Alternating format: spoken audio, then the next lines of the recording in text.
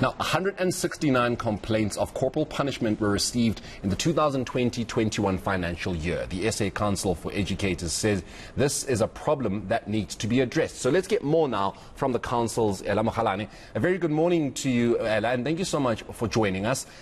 That's a lot of complaints to be coming for something that's supposed to not still be happening.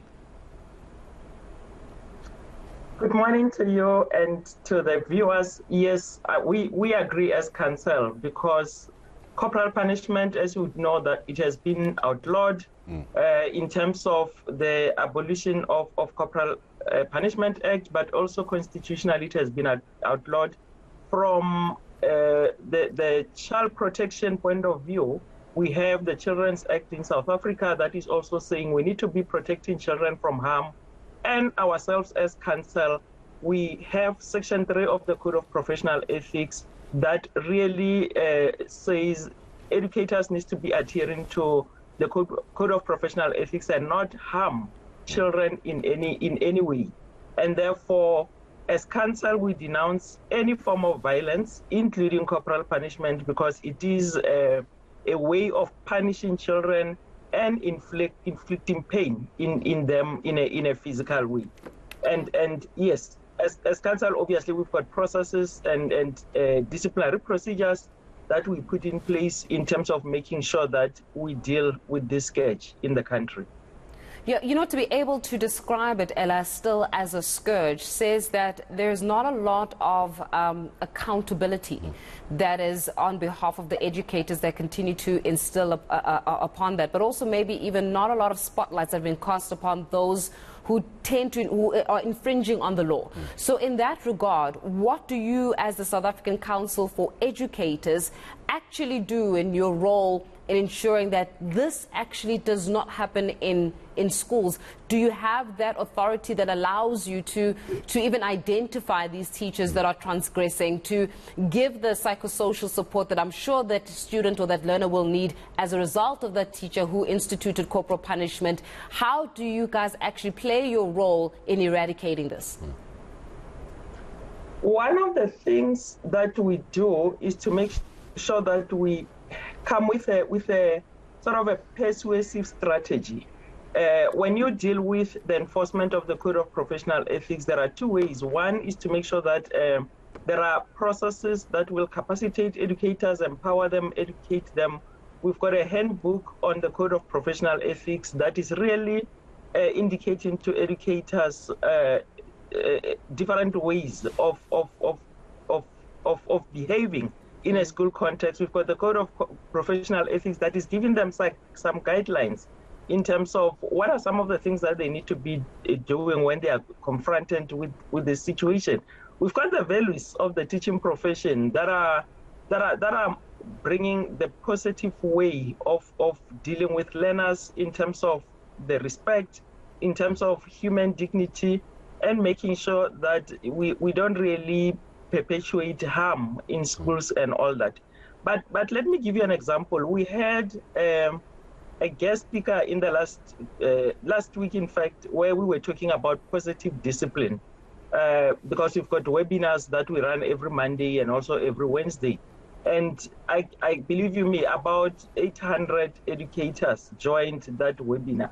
And one of the things that we realized was that there's a serious frustration within the teaching profession because of ill discipline that is going on in schools. I think from social media you would have seen the kind of things that are happening in classrooms around schools.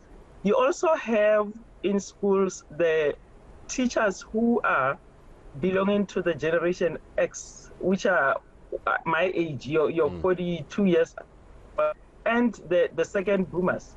Those who were trained from teacher training perspective in a manner that you would believe that the stick is the only thing that you'd use if you're facing ill discipline in classrooms. However, on the other side, you've got the millennials who are joining the teaching profession, and you've got the Generation Z, which is your children that are now in schools, and the manner in which they react, they believe in social media, they frustrate teachers and all that. So the group the oldies like myself who are 42 upwards, they are frustrated in terms of not necessarily believing in positive discipline. And I'm generalizing here. I'm not referring to everyone. So therefore, we are bringing in the positive discipline, and it takes long to change mindset to say you need to be respecting children. If you want respect from them, you need to be creating a positive environment within the school in a manner in which you will be able to deal with discipline. However, because of issues of change, which needs educators to be transitioning, to be ready to be dealing with the positive ways of disciplining in order to make sure that we have social justice in classroom, we've got restorative justice in classrooms. It's going to take time. We don't want to pretend as if it's a matter of just saying, here is a workshop, here is a webinar, here is a lesson on how to deal with alternatives to corporal punishment in terms of restorative justice, and it will just happen just like a magic. That is why you're seeing the number of cases that we are seeing in terms of them being reported. In fact, if you can even look at the scenarios that are happening throughout the country, and if you subtract the reported ones, it would mean that the situation is even worse in many schools because of the frustration that educators are feeling.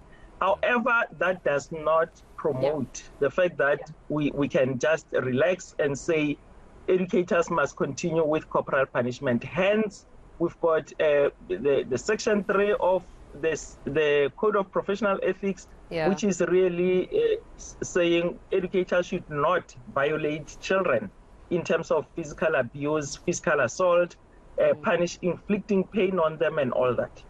Yeah, no, of course, it's a relationship that is going to take some time. Mokgalane, just sorry to just be coming in there. Unfortunately, we are definitely out of time, but it is a conversation that still needs to continue to happen because this, the profession of teachers and as you're mentioning how frustrated they are, it's understandable. But then, of course, there is the matter of children and finding a way to deal with kids much better so that there is no friction between those two parties. But thank you very much, Ella Mokgalane. Of course, she's of the South African Council for Educators.